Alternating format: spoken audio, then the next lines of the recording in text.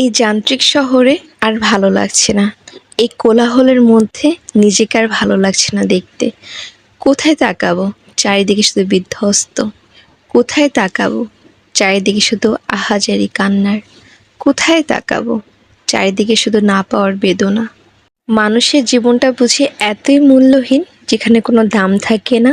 নিজেকে আমরা কত ভালোবাসি তাই না? আমাদের শরীরকে সুন্দর রাখার জন্য কত কি প্রোডাক্ট আমরা ইউজ করি। একটা পোকা পড়লে আমরা সেটাকে ফেলে দেই, চিৎকার করি, কান্না করি। নিজেকে সবসময় পরিপাটি দেখতে অনেক পছন্দ করি।